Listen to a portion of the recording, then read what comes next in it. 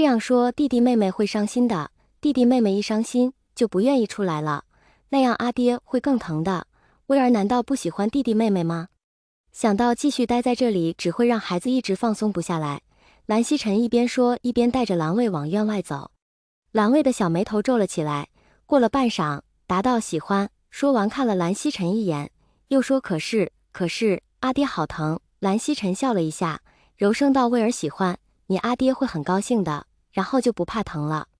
阿爹生我的时候也这么疼吗？很疼很疼。我不想阿爹这么疼的。蓝卫难过的说。大伯知道威尔是个好孩子，威尔以后会好好对阿爹的，是吗？蓝曦臣带着蓝卫在外面走了许久，也安慰了他许久，一直等到天色昏暗下来，才带着蓝卫往回走。不想才进门，便听到紧闭的房门后突然传出婴儿的哭声，等了一会儿，就有人出来报喜，说是个小公子，大小平安。蓝曦臣松了口气，脸上露出笑来。又等了好久，房里的医师才陆陆续续走了出来，看到站在院里的蓝卫，便笑道小公子，不对，以后可要叫大公子了，快去看看你阿爹给你新添的弟弟吧。蓝卫闻言，抬头看了一眼一直拉着他的蓝曦臣，看到蓝曦臣朝他点了头，又在他背上轻轻拍了拍，说去吧。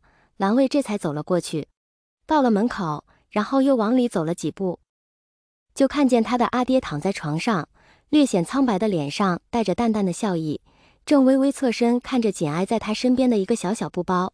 他的父亲轻轻扶着他阿爹的身子，亦是满目的温柔。许是听到脚步声，他的阿爹朝他这边看了过来，然后脸上的笑意顿时更重了些，朝他招招手，说威尔，过来。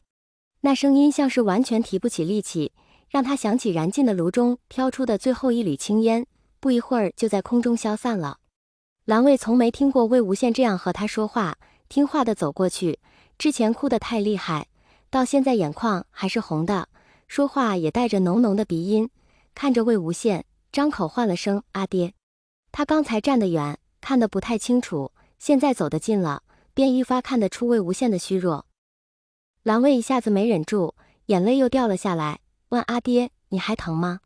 魏无羡笑了笑，伸手给他擦去眼泪，声音依然很轻很轻，说不疼了，不哭了呀，阿爹没事。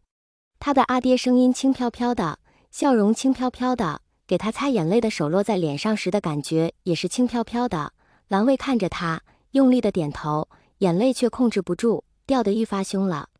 魏无羡微微笑着，将蓝卫又拉得近了些，摸摸他的脸，语气里带着歉疚，说抱歉，乖，阿爹吓到你了。蓝卫急忙摇头，又自己抬手去擦眼泪，声音哽咽地说没有。魏无羡极轻极轻地笑了一下，也不纠结这个话题，又给他擦了擦粘在眼睫上的泪珠，柔声说不哭了，再哭弟弟也要哭了。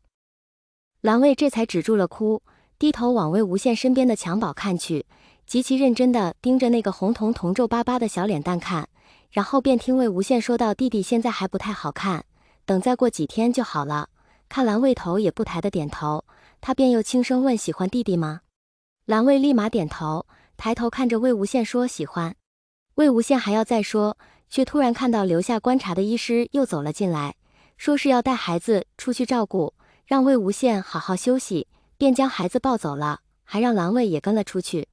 房里彻底安静下来，魏无羡躺在床上，拉着蓝忘机的手，低声道我本来想要个小姑娘的，语气里带了些淡淡失落。蓝忘机抬手给他理了理鬓发，轻声道儿子也很好，顿了一下，又说以后都不要了。感觉困意一点点涌上来，魏无羡眼眸微闭，说二哥哥说什么就是什么，我都听你的，只是这样好可惜。蓝忘机将他的手放回被子里，又给他掖了掖被角，柔声说不可惜，睡一会儿吧。魏无羡了一声，意识渐渐模糊，快要睡着时，又突然喃喃道蓝湛，我刚才其实真的觉得好疼。蓝忘机低头吻他，说道我知道，以后不会了。刚才有一下，我差点以为我要熬不过去了。不会的。有你在，不会的，我舍不得。